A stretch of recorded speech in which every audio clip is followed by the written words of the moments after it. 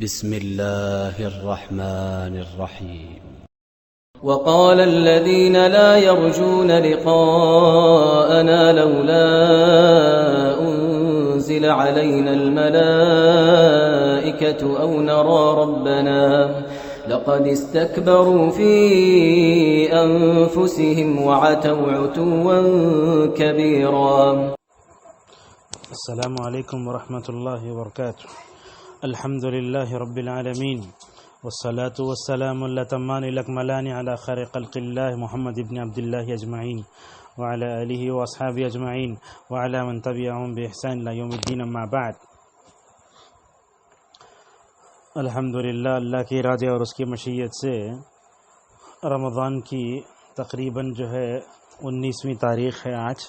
تو اسی مناسبت سے 19ویں پارے میں جو تقریباً سورہ شعراء اور نمل یہ 2 صورتیں ہیں، اور اس سے پہلے چونکہ فرقان شروع ہوتی ہے 18ویں پارے میں، تو اسی لیے کل ہم نے سورہ نور پر اختتام کیا تھا اپنے درس کا. تو آج یہ سورہ فرقان، شعراء، نمل، ان 3 صورتوں پر انشاءاللہ ہم روشنی ڈالیں گے. الفرقان کا مطلب ہے فرق کرنا.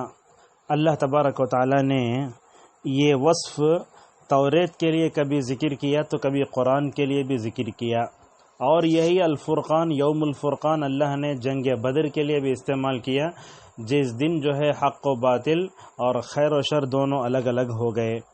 فرقان قرآن کو کیوں کہتے ہیں کہ اس لیے کہ قرآن انسان کو تمیز سکھاتا ہے، حق و باطل میں تمیز کرنے کی، خیر و شر اور بھلائی میں تمیز کرنے کی، جنت و جہنم کے راستے میں تمیز کرنے کی قرآن تمیز دیتا ہے. علامہ سیوطی رحمہ اللہ اپنی کتاب الاتقان میں قرآن کے تقریباً 55 نام، اس کے اوصاف ملا کر ذکر کیے ہیں. اگر آپ دیکھنا چاہتے ہیں تو اس کتاب کا مطالعہ کر سکتے ہیں. اللہ کی ذات بڑی بابرکت ہے، اس نے قرآن کو اپنے نبی پر اتارا. یہاں دیکھیے علی عبدہ ہی کہا، علی نبی ہی نہیں کہا، اس لیے کہ نبوت سے بڑا درجہ عبودیت کا آتا ہے. اسی لیے اللہ نے سورہ بقرہ میں کہا وَإِن كُنتُمْ فِي رَيْبٍ مِّمَّا نَزَّلْنَا عَلَى عَبْدِنَا. قرآن اترا کیوں؟ اس لیے کہ قرآن کے ذریعے رسول اکرم صلی اللہ علیہ وسلم ساری دنیا والوں کو ڈرائیں. اور شہر رمضان الذی انزل فیہ القرآن ھدی للناس، وہاں بھی دیکھیے قرآن کو اللہ نے رمضان میں اتارا، 24 رمضان کو احادیث کی روشنی میں. تو اللہ فرماتا ہے کہ قرآن کو ہم نے رمضان میں اتارا تاکہ یہ لوگوں کے لیے، مسلمانوں کے لیے نہیں، تاکہ لوگوں کے لیے ہدایت کا ذریعہ بن جائے. اور اس کے بعد اللہ نے کہا کہ زمین و آسمان کی ساری ملکیت اللہ تبارک و تعالیٰ کی ہے، اس نے نہ لڑکا بنایا نہ اس کا کوئی شریک ہے، بلکہ ہر چیز کا وہ خالق ہے، اور ہر چیز کی دنیا میں کائنات میں تدبیر بھی وہی کرتا ہے. اور اللہ نے اس کے بعد سورہ فرقان ہی کے شروع میں یہ بھی بتایا کہ معبودان باطلہ کیسے بے بس اور عاجز ہیں، وہ خود مخلوق ہیں، نہ نفع و نقصان کے مالک ہے، نہ موت کے، نہ زندگی کے، اور قیامت کے دن تو کچھ بھی نہیں، بلکہ پورے جہنم میں جمع کر دیے جائیں گے، جیسے کہ سورہ انبیاء میں آیا ہے. کتاب پر اعتراض، قرآن پر اعتراض اور نبی کی ذات پر اعتراض. کیا کہا یہودیوں نے؟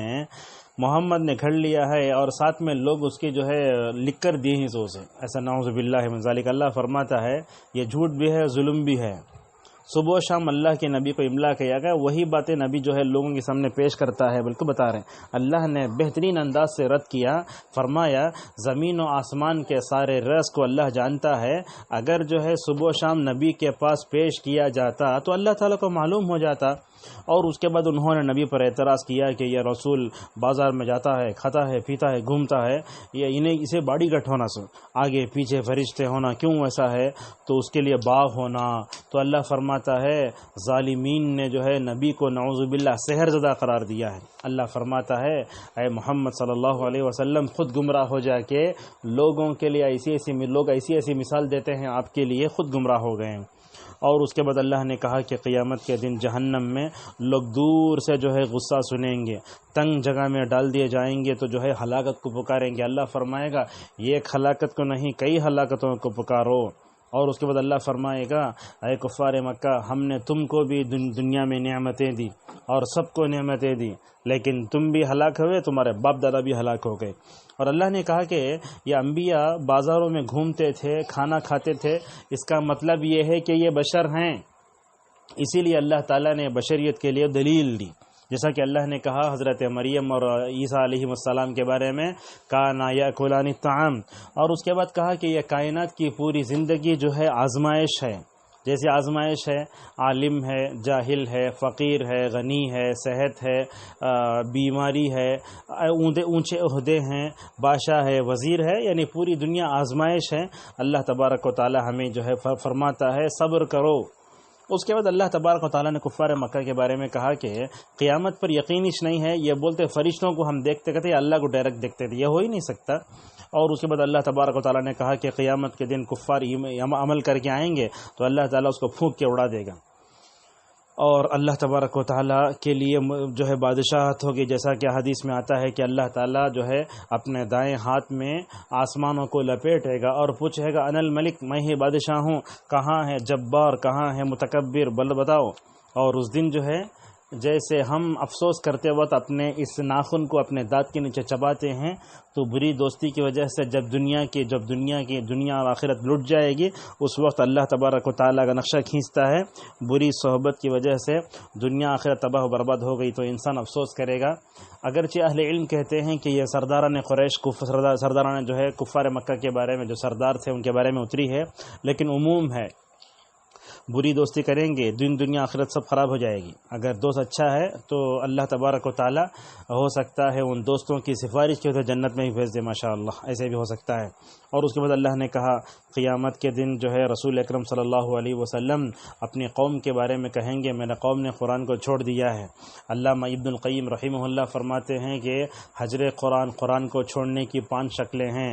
اس کی تلاوت چھوڑ دینا، اس کی روشنی میں فیصلے کرنا چھوڑ دینا، اس کو جو ہے اس سے شفا کرنا چھوڑ دینا، ایسی شکلیں جو ہے مکمل اور بیان کی ہیں.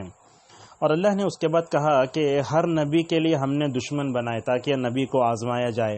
اس کے بعد کفار مکہ کا اور ایک اعتراض یہ ہوا سارے آسمانوں کتابوں کی طرح قرآن کیوں ایک مرتبہ نہیں اترا، 23 سال میں اترا؟ تو اللہ تبارک و تعالیٰ اس کی حکمتیں بتاتا ہے.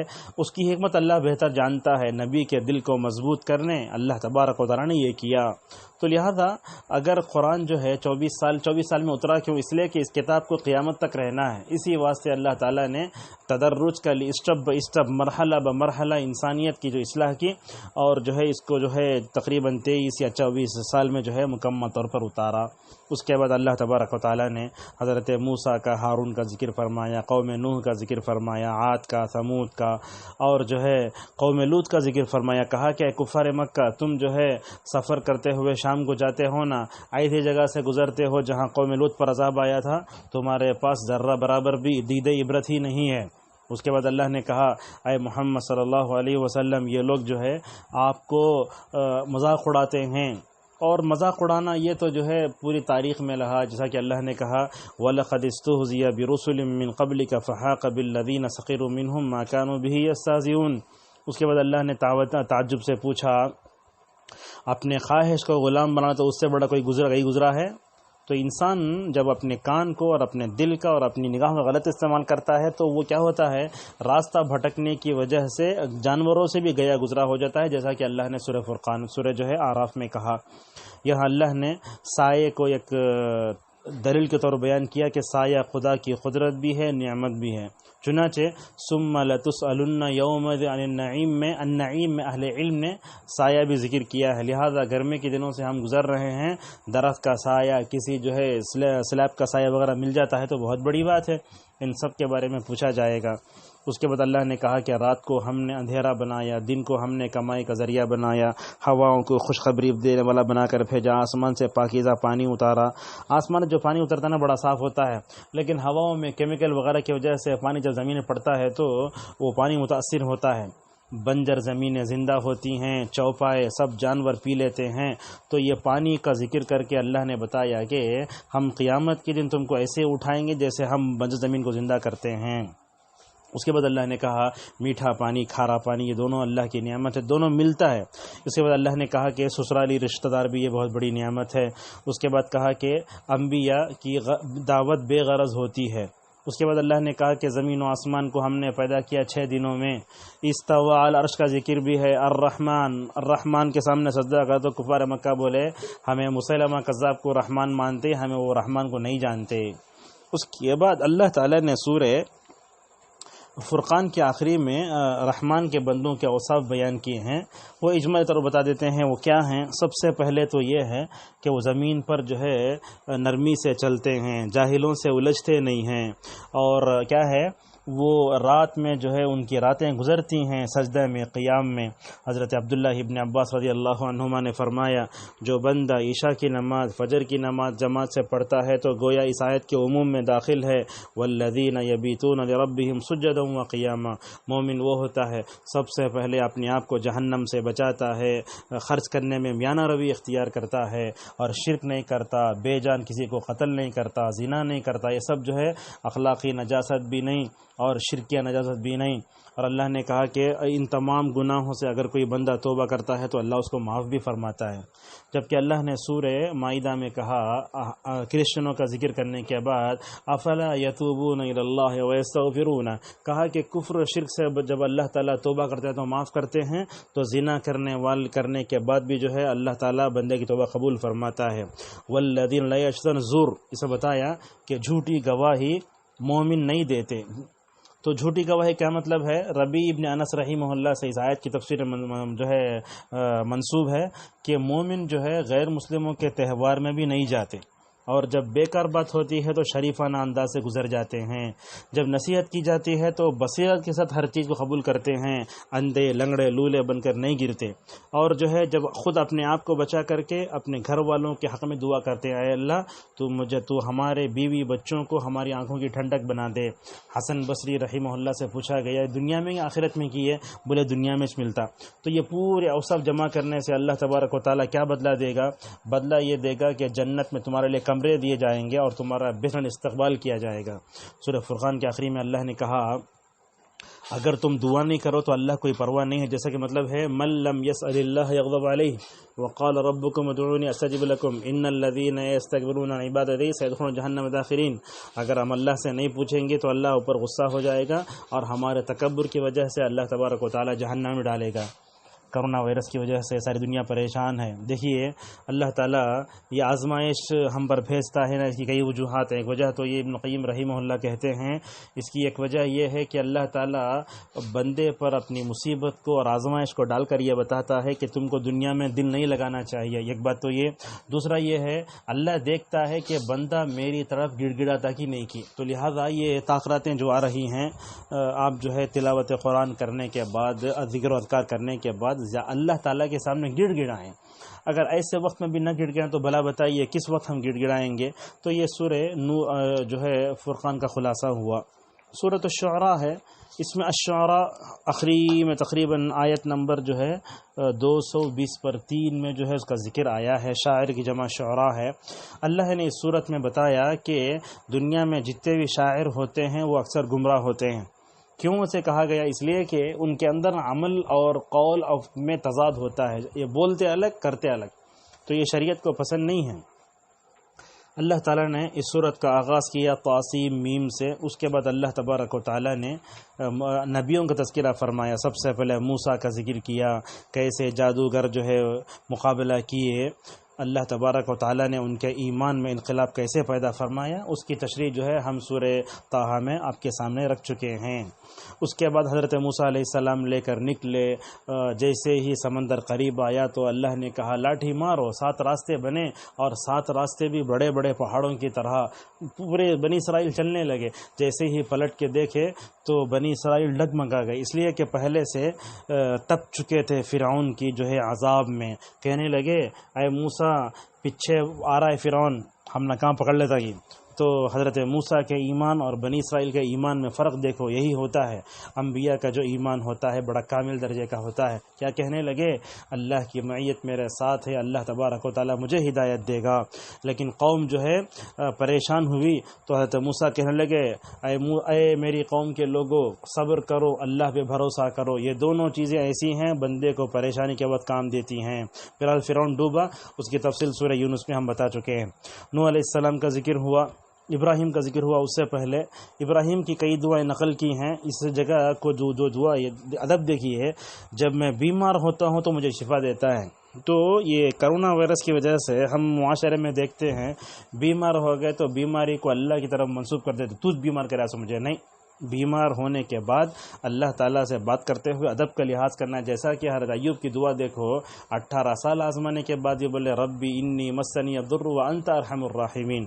حضرت عمران ابن حسین رضی اللہ عنہ 30 سال جو ہے وہ بواسیر کی بیماری میں رہے، لیکن پھر بھی جو ہے اللہ تبارک و تعالی نے ان کو صبر دیا، صبر کا دامن نہیں چھوڑا. حضرت ابراہیم علیہ السلام دعا کرتے ہیں اے اللہ پورے میرے خطاؤں کو معاف کر دے قیامت کے دن، اے اللہ تو مجھے حکمت دے، نیک لوگوں کے ساتھ اٹھا اور میرا ذکر خیر دنیا میں چھوڑ دے. ماشاءاللہ ابراہیم نے کہا کہ اے اللہ میں دنیا سے چلے جاؤں لیکن میرا ذکر ہر مومن کی زبان پہ چھوڑ دے. دنیا میں آج کون ایسا ہے جو ابراہیم کو نہیں جانتا، بلکہ ابراہیم کی شخصیت کو ہر ایک آدمی اپنی طرف کھینچتا ہے. یہود اپنی طرف کھینچتے ہیں، نصارہ اپنی طرف کھینچتے ہیں. ہم 5 نمازوں میں جب بھی تشہد میں بیٹھتے ہیں اللہم صلی علی محمد وعلی محمد کما صلیت علی ابراہیم وعلی ابراہیم کہہ کر مکمل طور پر یاد کرتے ہیں.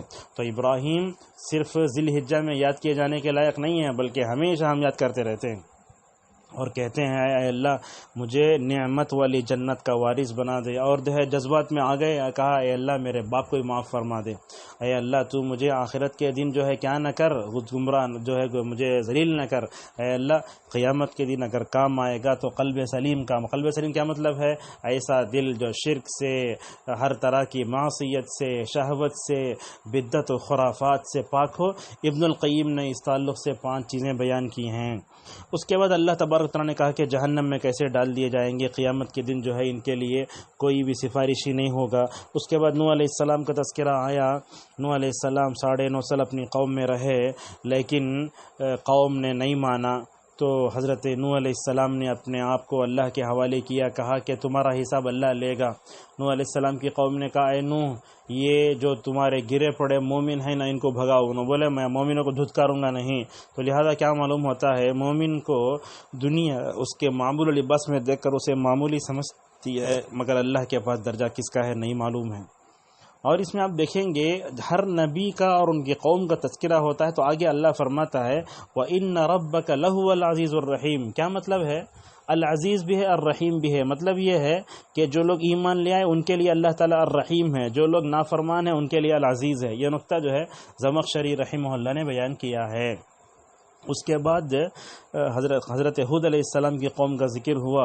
یہ تو گھر ایسے بناتے تھے کوئی ان کو ہمیشہ رہنا ہے، یعنی یہ گھر بنانے میں زیادہ پیسہ خرچ کرنا، اس کے پیچھے انجینئرنگ، اس کے پورے لوازمات، یعنی مطلب نخرے سے گھر بنانا، یہ سب جو ہے ٹھیک نہیں ہے. خود نبی کریم صلی اللہ علیہ وسلم کا گھر کتنا چھوٹا تھا ہم جانتے ہیں. لہذا گھر بنانا، فیکٹری بنانا، ایسے بنانا گویا تم کو ہمیشہ رہنا ہے. اور قوم عاد کی اور ایک بڑی پریشانی یہ تھی کہ یہ بڑے زبردست تھے، مطلب یہ ہے ہر بات میں سختی اپناتے تھے. ایسا نہیں ہونا چاہیے. اللہ کے نبی صلی اللہ علیہ وسلم نے دعا فرمائی اے اللہ میری امت میں سے کون تو بھی ذمہ دار بن کو اگر سختی کرا تو اس پر سختی کر، اگر میری امت میں سے کون بھی ذمہ دار بنا نرمی کا تو اس پر نرمی کر. تو لہذا معلوم ہوا کہ ہمیں تو سختی کا پہلو نہیں ہونا چاہیے، کہیں جو ہے ڈھیل بھی ہونا چاہیے. اللہ فرماتا ہے فَبِمَا رَحْمَةٍ مِّنَ اللَّهِ لِنْتَ لَهُمْ. اس کے بعد حضرت ہود علیہ السلام سے کیسے بات کرتے، دیکھو قوم تو میں نصیحت کرو نہ کرو ہمارا کیا بھی بدلنے والا نہیں ہے، ایسا بولتے ہیں. اس کے بعد صالح علیہ السلام کی قوم کا ذکر ہے، قوم سمود کا. یہ لوگ تو جو ہے بڑے فسادی تھے، مطلب مذاق اڑاتے تھے. بولے چٹان سے حاملہ اونٹی نکالے تو جا کے اسے مار ڈالے. 3 دن کے بعد عذاب آ گیا، پوری قوم چیخ سے مر گئی. اس کے بعد لوط کا عذاب، قوم لوط پر عذاب آیا. مرد سے ضرورتیں پوری کرتے تھے. اللہ فرماتا ہے بیویوں کو ضرورت پوری کرو تو اپنی فطرت کے خلاف ہو تم لوگ.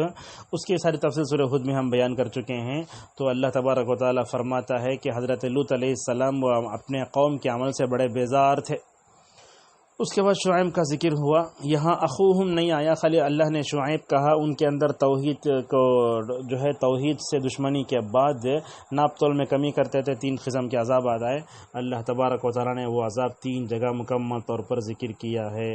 اس کے بعد دیکھیے اللہ تبارک و تعالیٰ نے رسول اکرم صلی اللہ علیہ وسلم کا ذکر کرنے کے بجائے نبی پر اترنے والی کتاب کا ذکر کیا. یہ خود جو ہے ہمیں بتاتا ہے کہ رسول اکرم صلی اللہ علیہ وسلم پر اتاری ہوئی کتاب کا تذکرہ کر ڈالے تو خود نبی کا تذکرہ آ جاتا. اللہ نے کہا اے محمد صلی اللہ علیہ وسلم ہم جو ہے جبرائیل امین کے ذریعے قرآن کو آپ کے دل پر اتار رہے ہیں. امین کیوں کہا گیا؟ اس لیے کہ اگر وہ امانت دار نہ ہو لوگ بول سکتے تھے کہاں تو تو بھی جا کے دیکھو آگے. حالانکہ شیعہ بولتے ہیں جبرائیل کو اللہ تعالیٰ علی کے پاس بھیجا تھا, دونوں کا چہرہ ملتا جلتا تھا. اللہ جبرائیل جو ہے نعوذ باللہ علی کے پاس جانا سو نبی کے پاس بھٹک کر چلے گئے. ایسا بولے تو جبرائیل امین کی امانت پر جو ہے حرف آتا ہے, لہذا یہ سب بالکل غلط ہے. اس کے بعد اللہ تبارک و تعالیٰ نے کہا کہ ہم نے پچھلے لوگوں کو بھی جو ہے دنیا میں بڑی نعمتوں سے نوازا, اور اللہ تعالیٰ نے کہا کہ اے محمد صلی اللہ علیہ وسلم اللہ سے کسی کو شریک نہ کرو, تم عذاب کا شکار ہو جاؤ گے. اور اللہ نے اپنے نبی پر آیت اتاری, رشتہ داروں کو ڈراؤ. ایسے ہوتا ہے کہ انسان اصلاح کا کام کرتا ہے, باہر بہت کرتا ہے, مگر اپنے خاندان والوں کی اصلاح نہیں ہوتی ہے. تو لہذا عبداللہ ابن عباس رضی اللہ عنہما فرماتے ہیں جب وہ انذر عشیرتک الاقربین, اے محمد صلی اللہ علیہ وسلم اپنے رشتہ داروں کو ڈراؤ, قریب رشتہ داروں کو, تو اللہ کے نبی صفا پہاڑی پر چڑھ کر جو ہے بنی عبد مناف کو بلائے, اپنی پھوپھی صفیہ کو بلائے, اپنی بیٹی فاطمہ کو بلائے, بولے تم نہ جو چاہے لینا ہو لے لو, قیامت کے دن میں کیا بھی کام نہیں آؤں گا, اپنے آپ کو جہنم سے بچانے کی پوری فکر کرو. تو لہذا رسول اکرم صلی اللہ علیہ وسلم اپنے خاندان والوں کو جہنم سے بچانے کی بڑی فکر کرتے تھے. کتاب التوحید میں واقعہ ہے, سعید ابن مسیب رحمہ اللہ کہتے ہیں ابو طالب کے انتقال کا وقت قریب ہوا تو رسول اللہ جا کے بولے چاچا لا الہ الا اللہ پڑھ لو, میں انشاءاللہ اللہ کے پاس تمہاری سفارش کرتا ہوں. دوسری طرف ابو جہل دوسرا سردار کھڑے ہو کر بولتا ہے عبد المطلب کے دین سے منہ پھیر لیتے کیا, 360 بتوں کا جو دین ہے وہ تمہارا دین ہے, لہذا بھتیجے کی بات مانو. اللہ کے نبی توحید کی دعوت ادھر سے شرک اور کفر کی دعوت, آخر میں جو ہے ان کو کلمہ نصیب نہیں ہوا. علامہ ابن حجر رحمہ اللہ کہتے ہیں فابا ان یقول لا الہ الا اللہ. کچھ مورخین کہتے ہیں کہ ابو طالب اسلام لا چکے ہیں, بات غلط ہے. مسعودی اور سہیلی وغیرہ متاثر ہوئے ہیں اس سے. صحیح بات تو یہ ہے کہ ابو طالب حالت کفر میں مرے اور جہنم کا سب سے ہلکا عذاب اللہ تبارک و تعالیٰ ان کو دے گا. اس کے بعد اللہ نے کہا کہ محمد صلی اللہ علیہ وسلم مکی دور میں اللہ کے سامنے کھڑے ہوتے ہیں, اللہ آپ کو دیکھ رہا ہے. سجدے میں جب آپ سر رکھتے ہیں تو اللہ آپ کو دیکھتا ہے, آپ کی ساری باتیں سنتا بھی ہے اور اللہ تعالیٰ دیکھتا بھی ہے. لہذا کفار مکہ جب آپ کو پریشان کرتے ہیں نا تو ان کی دعوت کو, ان کے اعتراض کو سن کر, ان کی گالیوں کو, ان کے برے القاب کو سن کر اپنا دل چھوٹا مت کر لو. اللہ تعالیٰ سے دل لو لگاؤ, اللہ تعالیٰ سے جو ہے اپنی باتیں کرو, اللہ تبارک و تعالیٰ سے اپنے جو ہے جھکڑے اور جو ہے اللہ تعالیٰ سے اپنی تکلیفیں اور جو ہے ساری پریشانیاں سناؤ, اللہ تعالیٰ سب سننے والا ہے. اس کے بعد اللہ نے کہا کہ دنیا میں جتنے شعراء اکثر جو ہے گمراہی ہوتے ہیں. کیسا مطلب ہے؟ صحابہ اکرام کو آپ دیکھیں گے ان کے اندر جو شعراء تھے وہی دنیا کے سب سے صحیح شعراء تھے. عبداللہ ابن رواحہ, حضرت کعب بن مالک, حسان ابن ثابت رضی اللہ عنہ, عبداللہ ابن رواحہ, ابو بکر, ایسے جو تھے. یعنی شاعر جو ہے توحید پرست ہو تو ہی وہی اللہ کی صحیح تعریف بھی کر سکتا ہے, نبی کا صحیح مقام بھی جان سکتا ہے, ورنہ تو آج دنیا میں شعراء بہت ہیں, صحیح شعراء انگلیوں پر گنے جا سکتے ہیں. ورنہ تو آپ دیکھیں قصیدہ بردہ جو ربیع الاول کے مہینے میں مولا یا صلی وسلم دائما تاخرات میں مجنوں میں سے پڑھتے نظم, یہ اس نظم کے بارے میں علامہ شوکانی کہتے ہیں کہ اس میں کفری اشعار ہیں, اور سلطنت عثمانیہ کے زمانے میں نبی کی خبر پر اشعار لکھ دیے گئے تھے, نعوذ باللہ من ذالک. تو آج جتنی نظمیں اور جتنے قوالیاں اور جتنے ترانے پڑھے جاتے ہیں سب میں جو ہے مطلب ایسے باریک انداز سے شرک ہوتا ہے آپ سمجھ ہی نہیں سکتے. تو لہذا شرکیہ نظمیں, شرکیہ قوالے, شرکیہ اشعار پڑھنے سے اپنے آپ کو مکمل طور بچائیں. اللہ تبارک و تعالیٰ نے کہا انہوں ایک بولتے سے کرتے سے ایک شعراء, اور ان کی انہوں ایک وادی میں رہتے, ان کو سمجھ بھی نہیں آتا کہاں رہتا. تو کہا کہ اگر مومن ہے شاعر اللہ اور جو ہے نیک عمل کرتا ہے اور اللہ کا ذکر کرتا ہے تو کوئی حرج کی بات نہیں, جیسا کہ اللہ کے نبی صلی اللہ علیہ وسلم نے جو اچھے اشعار پڑھے اور اللہ تعالیٰ نے رسول اکرم صلی اللہ علیہ وسلم کو شعر و شاعری سے دور رکھا. اس کے بعد سورۃ النمل کا خلاصہ تھوڑا سا باقی ہے انشاءاللہ 19ویں پارے کا, وہ تھوڑا ہم بیان کر دیتے ہیں. النمل کا معنی چونٹی کا آتا ہے. اللہ تعالیٰ نے قرآن میں جانوروں کے نام سے, پرندوں کے نام سے صورتیں اتاری. اللہ نے الفیل کہا, النمل کہا. تو اللہ تعالیٰ یہ بتانا چاہتے ہیں کہ چونٹی کو معمولی مت سمجھو, یہ بھی اللہ کی بہت بڑی نعمت ہے اور اللہ تعالیٰ کی بہت بڑی قدرت کا ایک مظہر ہے. عبد المجید دریابادی رحمہ اللہ اپنے تفسیر میں لکھتے ہیں کہ چونٹیوں کی 25 قسمیں ہوتی ہیں. ہم تو جو ہے صرف 2 چونٹی کو جانتے ہیں, کالے اور لال.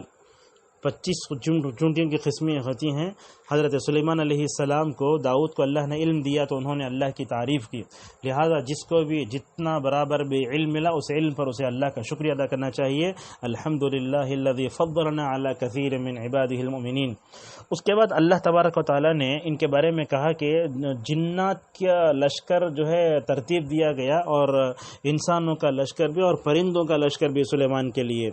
اور جب حضرت سلیمان علیہ السلام اپنے لشکر کو لے کر جا رہے تھے تو چونٹی اپنے سارے بہنوں کا کتا خیال کرتی ہے جلدی جلدی اندر چل جاؤ ورنہ سلیمان کا لشکر تم نہ رون ڈالیں گا۔ یہ بات سن کر سلیمان مسکرا گئے اور اللہ تبارک و تعالیٰ کی تعریف کرتے ہوئے کہا، اے اللہ میں تیری نعمت کا شکر ادا کرتا ہوں کہ تو نے مجھے اور میرے والدین پر نعمت اتاری اور نیک عمل کرتا ہوں میں، اے اللہ تو مجھے نیک بندوں میں شمار فرما لے۔ بہرحال یہ ہدہد کا قصہ بھی تھوڑا سا یہاں ہے۔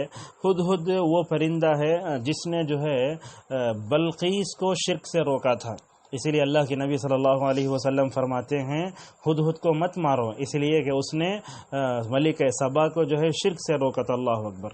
اسی طریقے سے اللہ تبارک و تعالیٰ اس صورت میں ایسے فرماتا ہے کہ سلیمان علیہ السلام کیسے تھے۔ حضرت سلیمان نے خط لکھا، وَإِنَّهُ مِن سُلَيْمَانَ وَإِنَّهُ بِسْمِ اللَّهِ الرَّحْمَنِ الرَّحِيمِ۔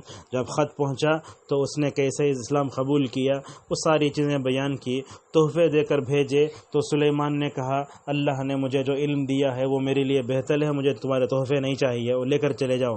اس کے بعد لمبا ذکر ہے حضرت سلیمان علیہ السلام کیسے لشکر کے مالک تھے، پلک جھپکنے سے پہلے جنات لا کے عرش ان کے سامنے رکھ دیتے تھے۔ یہ ساری چیزیں اللہ تبارک و تعالیٰ نے ذکر کی ہیں۔ تو ایک عورت جب شرک میں پڑتی ہے تو ماشاءاللہ پرندہ کیسے جو ہے شرک سے روکتا ہے، سبحان اللہ، تو توحید اس میں سمجھ میں آتی ہے۔ اس کے بعد سورۃ النمل میں جو ہے آخری میں ثمود کا ذکر آتا ہے، صالح علیہ السلام کا، ان کے اندر کیا مکاری تھی اللہ نے وہ ذکر کیا ہے۔ انشاءاللہ 19ویں پارے کے آخری میں وَلُوطًا اِذْ قَالَ لِقَوْمِهِ سے انشاءاللہ ہم آگے والے پارے کی کچھ اہم مضامین کی تشریح بیان کریں گے۔